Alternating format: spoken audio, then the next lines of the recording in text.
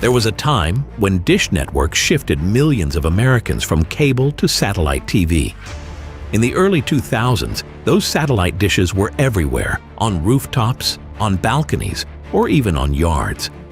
Back in 2016, they were flying high with a stock price of around $80 and over 13 million subscribers. And cable giants like Comcast were on a real run for the money. But today, you don't usually see those dish satellites around you. Now, it's hard to believe we're talking about the same company. Their stock has nosedived to just $5. They've lost over half their subscribers, and they're buried under nearly $30 billion in debt. This isn't just a story of cord cutting, it's a full-blown collapse. So what really went wrong with Dish? And why is this being called one of the most dramatic downfalls in recent telecom history? Let's find out.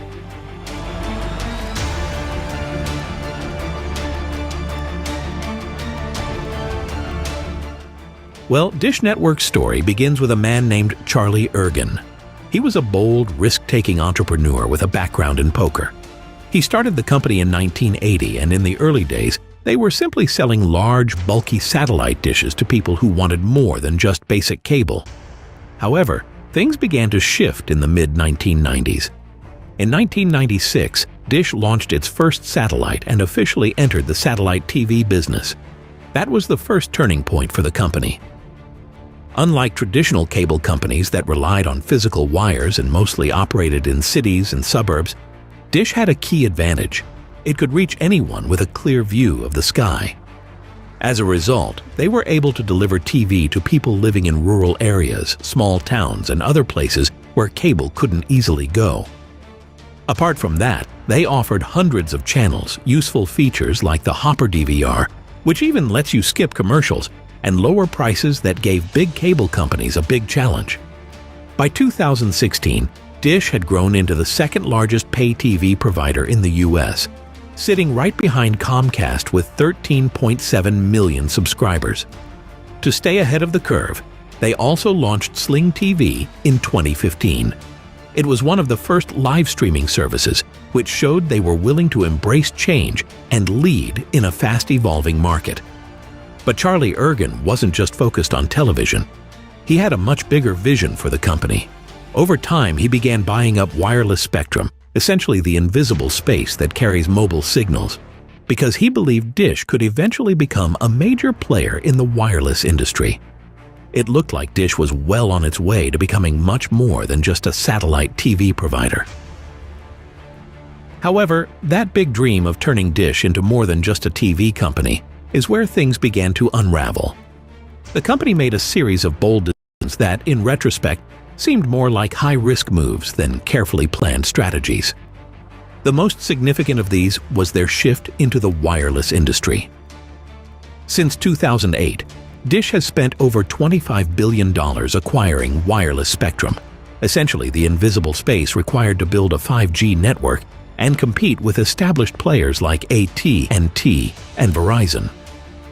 Building a 5G network, however, is not only extremely costly, but also highly complex.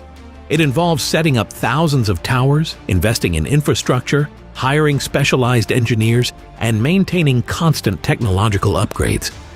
Dish did not have the cash flow to keep up with the pace, and the situation was made worse by strict FCC deadlines, which required them to use the spectrum within a certain time frame or risk losing it. By 2025, they had managed to cover only about 75% of the U.S. population, and the remaining gap became harder to close.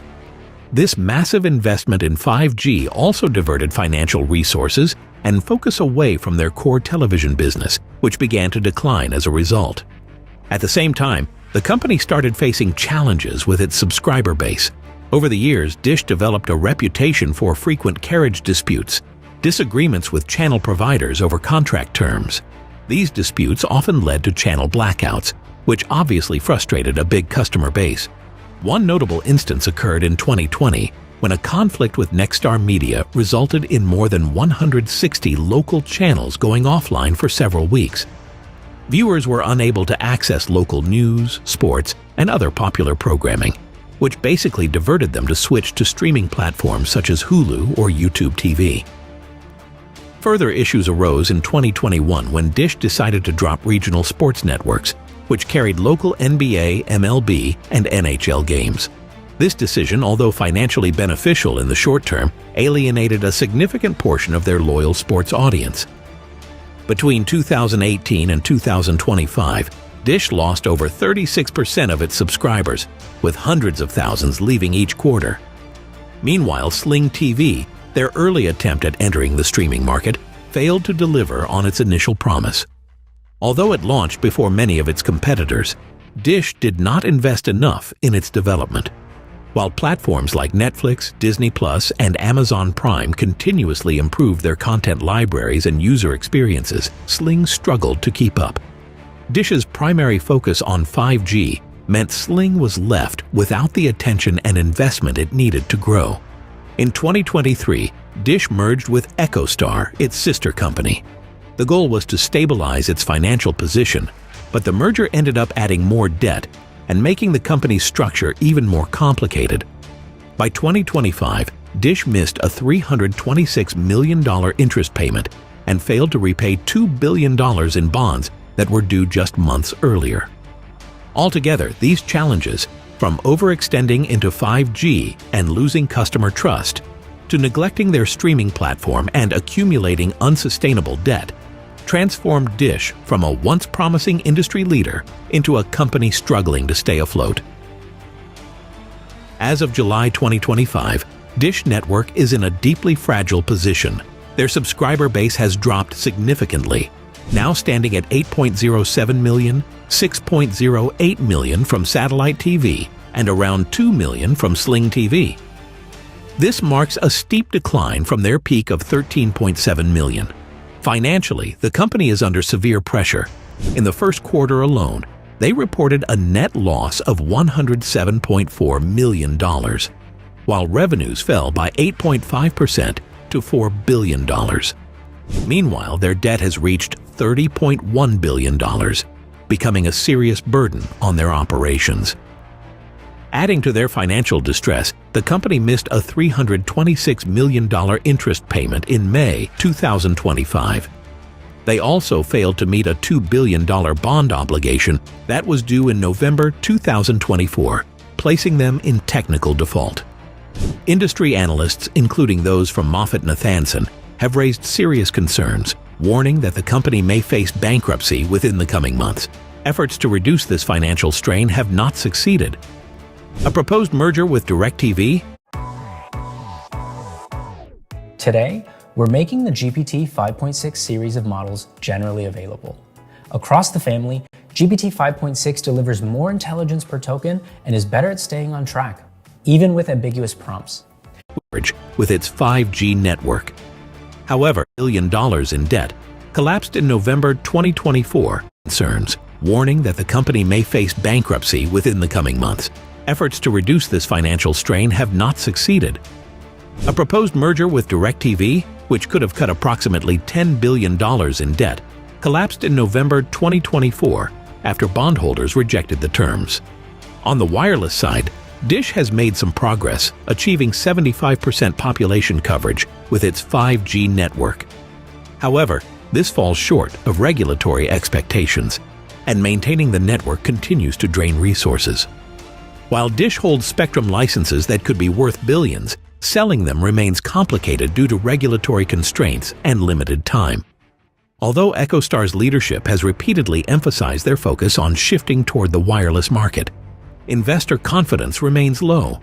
The company's stock is trading at around $5, and with such limited cash flow, they are unable to refinance their existing debt.